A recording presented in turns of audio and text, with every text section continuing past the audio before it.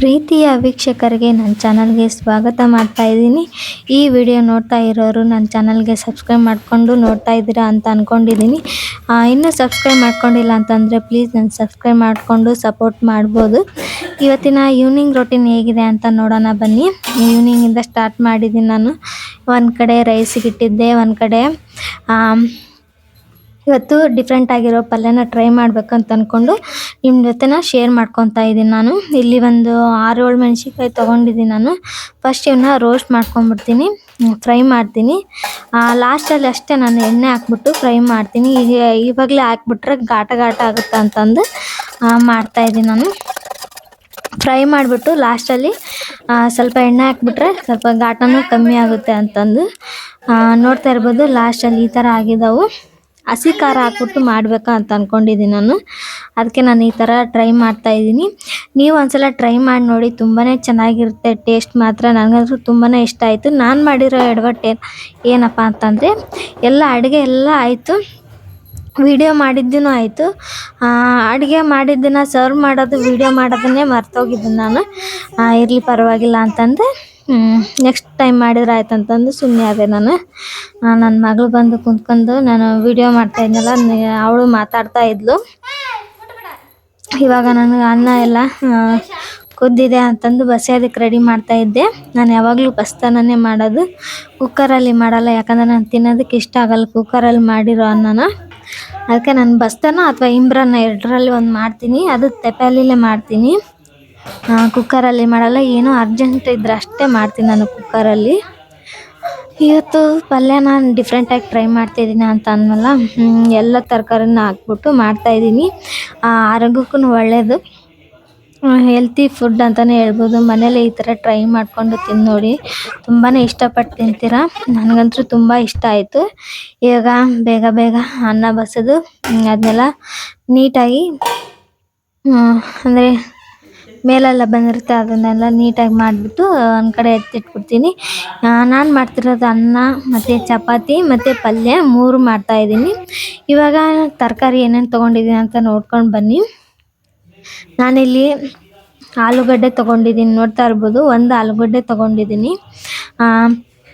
ನೀವು ಬೇಕಿದ್ರೆ 2 ಆಲೂಗಡ್ಡೆನೂ ತೊಗೊಳ್ಬೋದು.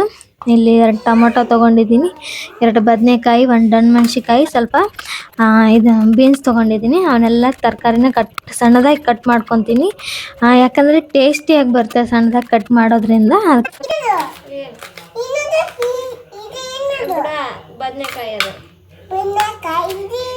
ಟೊಮೊಟೊ ಅದು, ಉಳ್ಳಾಗಡ್ಡೆ, ಆಲೂಗಡ್ಡೆ, ದೊಣ್ಣೆ ಮೆಣಸಿನ್ಕಾಯಿ, ಬದನೆಕಾಯಿ,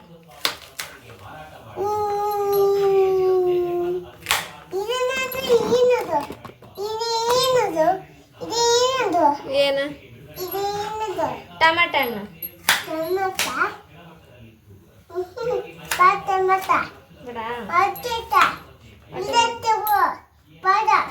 ಸರಿ.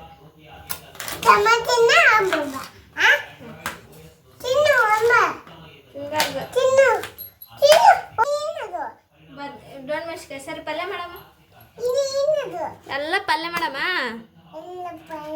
ನೋಡಲ್ಲಿ, ಸುಮ್ಮನೆ ಅದಿಲ್ಲಿ ನೋಡಲ್ಲಿ, ಹಿಡ್ಕ. ಸರಿ ತೋರ್ಸಮ್ಮ. ಸರಿ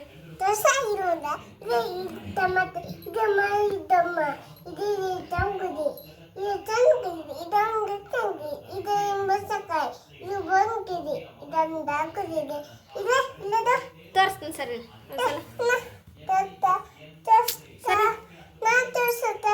ಕೈ ತೆಗಿ, ಕೈ ತೆಗಿ, ಕೈ ತೆಗಿಯಮ್ಮ, ಕೈ ತೆಗಿ. ಪಲ್ಯ ಮಾಡಮ್ಮ. ನನ್ನ ಮಗಳು ತರಕಾರಿ ಹೆಸರೆಲ್ಲ ಹೇಳ್ತಾ ಇದ್ಲು, ನೀವೇ ನೋಡಿದ್ರಲ್ಲ ಎಷ್ಟು ಕ್ಯೂಟಾಗಿ ಹೇಳ್ತಾಳೆ ಅವಳು ಅಂತ. ಇವಾಗ ನಾನು ಪಲ್ಯಕ್ಕೆ ಎಣ್ಣೆ ಹಾಕ್ಕೊಂಡಿದ್ದೀನಿ. ಎಣ್ಣೆ ಸ್ವಲ್ಪ ಜಾಸ್ತಿ ಇದ್ದರೆ ನಡೆಯುತ್ತೆ. ಜೀರಿಗೆ, ಸಾಸಿವೆ ಹಾಕ್ಕೊಂಡಿದ್ದೀನಿ. ಸ್ವಲ್ಪ ಪ್ಲೇಟಲ್ಲಿರೋ ಎಣ್ಣೆ ಬಿದ್ದುಬಿಡುತ್ತೆ, ಅದಕ್ಕೆ ಈ ಥರ ಆಯಿತು. ಚಟಪಟ ಅನ್ಸಿಡೋಗ್ಬಿಡ್ತು ಎಣ್ಣೆ ಅದು. ಇವಾಗ ತರಕಾರಿ ಇಷ್ಟೆಲ್ಲ ತೊಗೊಂಡಿದ್ದೀನಿ, ಎಷ್ಟು ಕಲರ್ಫುಲ್ ಆಗಿದೆ ನೋಡಿ. ಆರೋಗ್ಯಕ್ಕೂ ತುಂಬ ಒಳ್ಳೆಯದು. ಈ ಥರ ಮಾಡ್ಕೊತೀನಿ. ಚಪಾತೀಲಿ ತುಂಬಾ ಟೇಸ್ಟಿಯಾಗಿರುತ್ತೆ. ರೊಟ್ಟಿ ಆಗಿರ್ಬೋದು, ಅನ್ನಕ್ಕಾಗಿರ್ಬೋದು ತುಂಬಾ ಟೇಸ್ಟಿಯಾಗಿರುತ್ತೆ. ಈಗ ಎಲ್ಲ ತರಕಾರಿ ಟೊಮೊಟೊ ಅಂದ್ಬಿಟ್ಟು ಎಲ್ಲ ತರಕಾರಿನ ಹಾಕ್ಬಿಟ್ಟು ನಾ ಫ್ರೈ ಮಾಡ್ತೀನಿ ಇಲ್ಲಿ. ಚೆನ್ನಾಗಿ ಫ್ರೈ ಮಾಡೋದ್ರಿಂದನೇ ಅದರಲ್ಲೇ ಬೆನಿಬೇಕು ಅರ್ಧ. ಎಲ್ಲ ತರಕಾರಿನೂ ಫ್ರೈ ಆದಮೇಲೆ ನಾನು ಇಲ್ಲಿ ಟೊಮೊಟೊ ಹಾಕ್ಕೊತಾ ಇದ್ದೀನಿ. ಟೊಮೊಟೊ ಹಾಕ್ಕೊಂಡು ಇದನ್ನು ಚೆನ್ನಾಗಿ ಫ್ರೈ ಮಾಡಬೇಕು, ಆವಾಗಲೇ ಟೇಸ್ಟಿಯಾಗಿ ಬರೋದು.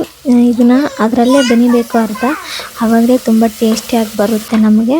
ಇಲ್ಲಿ ನಾನು ರುಚಿಗೆ ತಕ್ಕಷ್ಟು ಉಪ್ಪು ಹಾಕ್ತಾಯಿದ್ದೀನಿ.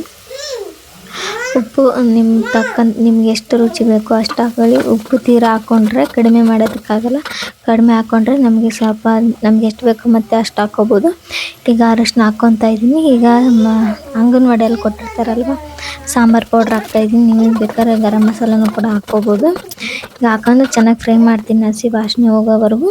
ಇವಾಗ ನಾನು ಮೆಣಸಿನ್ಕಾಯಿನ ಫ್ರೈ ಮಾಡಿ ಇಟ್ಕೊಂಡಿದ್ನಲ್ವ ಅದನ್ನು ಮಿಕ್ಸಿ ಜಾರ್ಗೆ ಹಾಕ್ಕೊತೀನಿ. ಅದಕ್ಕೆ ಸ್ವಲ್ಪ ಉಪ್ಪು ಮತ್ತು ಜೀರಿಗೆನೂ ಹಾಕ್ಕೊತಾ ಇದ್ದೀನಿ.